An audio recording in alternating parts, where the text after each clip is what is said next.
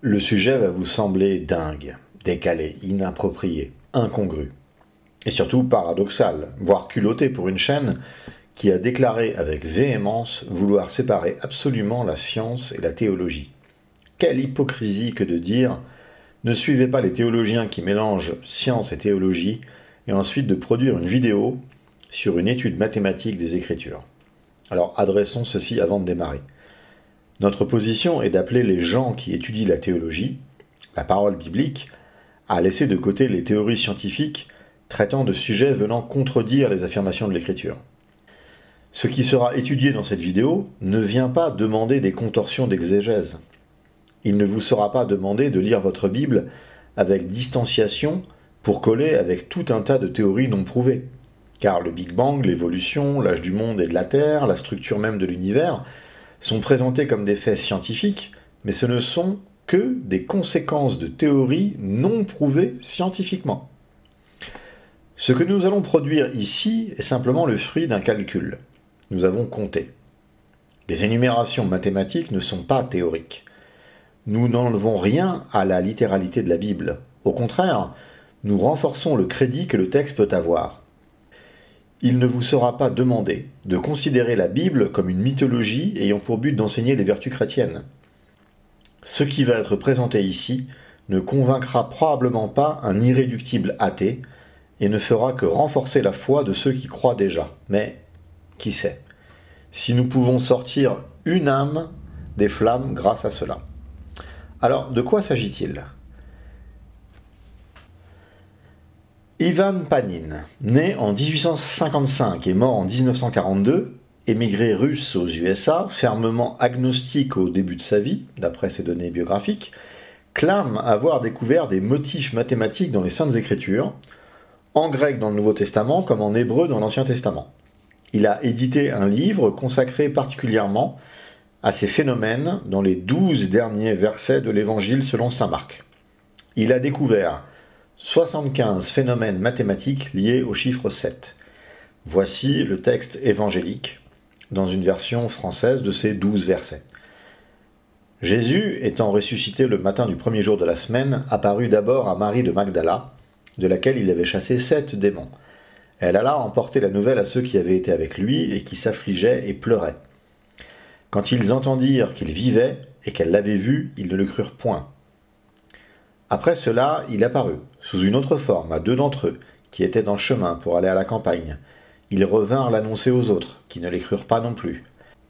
Enfin, il apparut aux 11, pendant qu'ils étaient à table, et il leur reprocha leur incrédulité et la dureté de leur cœur, parce qu'ils n'avaient pas cru ceux qui l'avaient vu ressusciter. Puis il leur dit, « Allez par tout le monde et prêchez la bonne nouvelle à toute la création. Celui qui croira et qui sera baptisé sera sauvé, mais celui qui ne croira pas sera condamné.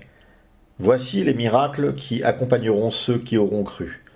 En mon nom, ils chasseront les démons, ils parleront de nouvelles langues, ils saisiront des serpents.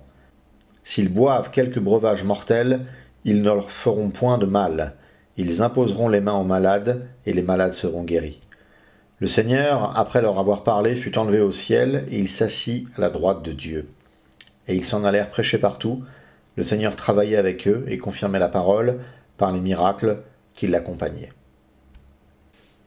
Étant informaticien, j'ai pris le temps d'écrire un programme pour vérifier les 13 premières assertions de Panin. Elles sont rigoureusement exactes. Voici les 13 phénomènes en question que j'expliquerai en détail après leur énumération. Le nombre de mots de ce passage est 7 fois 25.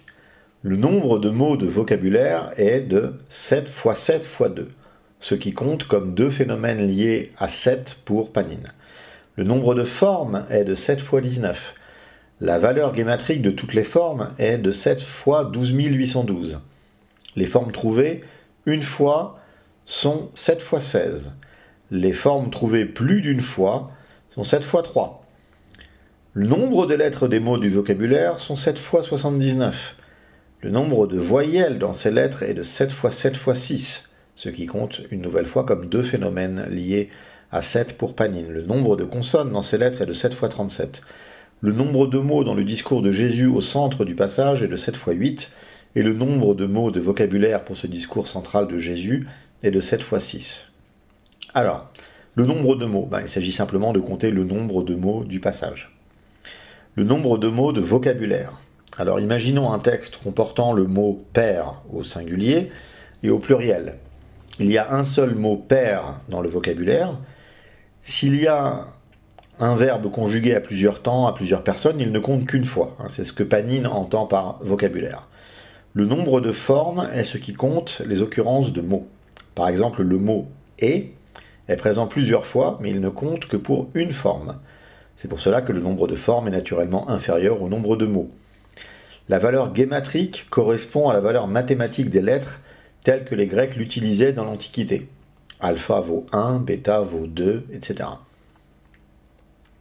Au centre du passage, vous avez noté que le Christ s'exprime avant que le texte ne repasse à la narration, au moment où le Christ réalise sa glorieuse ascension. Cette partie du texte où Jésus s'exprime expose également des propriétés mathématiques. Alors voilà pour les explications. Je précise à destination des gens comprenant les choses informatiques qu'un lien est disponible sous la vidéo vers mon blog où je donne le code source, pour que tout le monde puisse vérifier, ainsi que le texte grec proposé par Panine. Je précise que le programme est écrit en Java, qu'il comporte des tests unitaires de non-régression pour son intégration continue. Les ID de clés de HMAP sont les ID de Strong Reference, bien connus chez les traducteurs du grec et de l'hébreu. Vous pourrez ainsi vérifier toutes les correspondances entre les formes et le vocabulaire. Ensuite, bien évidemment, cela ne fonctionne qu'avec un texte grec particulier. Si vous ajoutez ou enlevez une lettre, tout s'écroule et plus rien ne marche. C'est très précis. Panine utilise un texte très proche des versions de Westcott Hort ou Nestlé Aland. Les deux points les plus frappants est lorsqu'il sépare en deux le terme kakeinon en kakeinon, ce qui est licite en grec. Vous pourrez voir justement ce que dit la Strong Reference ou la page 1001 du dictionnaire du Bailly. Il utilise également la forme eipo de référence 2036 et la connecte avec eipo. Le Bailly déclare également que tout ceci est tout à fait correct. Donc je ne vois rien de malhonnête là-dedans. Panine, en son temps, avait envoyé un défi au New York Sun. Je trouve l'idée excellente. Alors imaginez un texte qui doit répondre aux conditions suivantes. Vous devez écrire un texte dont le nombre de mots doit être multiple de 7, son vocabulaire aussi, le nombre de formes aussi, la valeur numérique des formes aussi, le nombre de formes présente une seule fois aussi, le nombre de formes présente plus d'une fois aussi, le nombre de lettres du vocabulaire aussi, le nombre de voyelles du vocabulaire aussi, le nombre de consonnes du vocabulaire aussi. Dans ce texte, il doit y avoir un passage central, dans lequel le nombre de mots et le nombre de mots du vocabulaire sont aussi multiples de 7. Et dans ces 11 obligations, 2 doivent non pas être seulement une fois multiples de 7, mais 2 fois. En énumérant cela, on se dit qu'il est impossible d'écrire un texte qui signifie quelque chose d'intelligible. Et pourtant, le final de Marc répond à ces critères. D'après Panine, il répond à bien plus de critères. Je ne vois pas pourquoi il aurait dit la vérité sur les 13 premiers pour mentir ensuite. Je lui donne donc le bénéfice du doute. Si quelqu'un veut compléter mon programme pour prouver les 62 phénomènes mathématiques suivants, il est le bienvenu. J'estime que la preuve empirique est suffisante à 13 et déjà largement explicite. Alors justement, comme j'utilise le mot preuve, qu'est-ce que cela prouve? Comme je le disais en intro, rien. Juste que certains passages des évangiles sont dotés d'une construction mathématique proprement phénoménale, à un degré absolument stupéfiant. Je vois ça comme un cadeau de Dieu, donné à destination d'une époque de grande apostasie, où la science est devenue une idole. Par condescendance divine, Dieu nous montre qu'il est capable aussi de nous toucher par des choses qu'on classera plutôt dans la science. Si on regarde les probabilités mathématiques que ce texte puisse exister, on voit que c'est impensable. Ce texte ne peut pas exister et pourtant il existe.